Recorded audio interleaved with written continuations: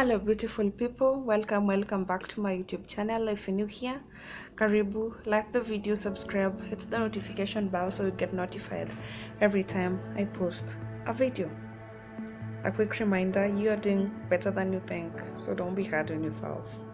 So today we are going to learn about King Manasseh from the book of 2nd Chronicles chapter 33, and the same story can be found in 2nd Kings chapter 21. So Manasseh was 12 years old when he became king, and he reigned in Jerusalem for 55 years. So the biggest lesson I want us to learn is that it doesn't matter who you are, a thief, a liar, a prostitute. It doesn't matter how wicked you've been, the number of crimes you've committed, the number of people you've hurt over and over again. What really matters is that you recognize your mistakes, you humble yourself, then you repent sincerely. You don't know what it means to the heavens when a sinner repents. The angels sing, and the Lord is there with open arms to welcome you to his kingdom. So welcome to Christ, and let us learn something from this story. So we are going through quickly some of the things that he did. I'm going to read quickly. So he did evil in the eyes of the Lord, following the detestable practices of the nations the Lord had driven out before the Israelites. He rebuilt the high places his father Hezekiah had demolished. He also erected altars to the Baals and made Asherah poles. Baals, really bad. This is a story that I want us to do some other day about the Baals and Elijah at Mount Carmel. He bowed down to all the starry hosts and worshipped them. Manasseh had gods.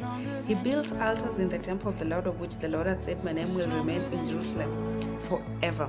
As if that was not enough, in both courts of the temple of the Lord he built altars to all the starry hosts.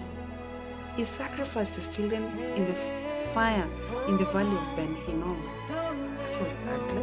Children are supposed to be blessings, but Manasseh didn't care. He sacrificed the children to the gods, practiced divination and witchcraft. Are you even a witch? Really? I don't think so. Sought omens and consulted mediums and spirits. He took the image he had made and put it in God's temple, of which God had said the temple could be his holy place. Manasseh led Judah and people of Jerusalem astray, so that they did more evil than the nations the Lord had destroyed before the Israelites. Verse 10. The Lord spoke to Manasseh because he loves us and he gives us chances.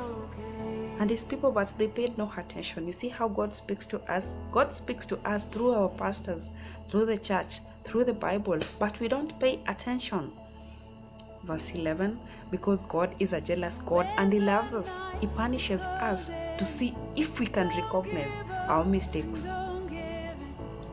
So the Lord brought against them the army commanders of the king of Assyria, who took Manasseh prisoner, put a hook in his nose, bound him with bronze shackles, and took him to Babylon. Verse 12. Fortunately, in his distress, he sought the favor of the Lord his God and humbled himself greatly before the God of his ancestors. That was amazing. Verse 13. Because he repented sincerely, and our God is so loving and very compassionate, the Lord was moved by his entreaty and listened to his plea. So he brought him back to Jerusalem and to his kingdom. Then Manasseh knew that the Lord is God. The Lord listened to his plea. So the Lord listens when we speak to him. What you need to do, go recognize your mistakes. Those things that you do in secrecy that you think nobody knows, God knows. Go recognize your mistakes. Go humble yourself, then go repent sincerely.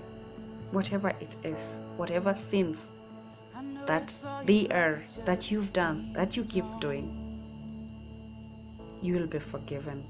And the wages of sin, you should know, is death. But the gift of God is eternal life of Christ our Lord Jesus Christ. So please, don't be a slave of your sins. Thank you so much for watching, guys.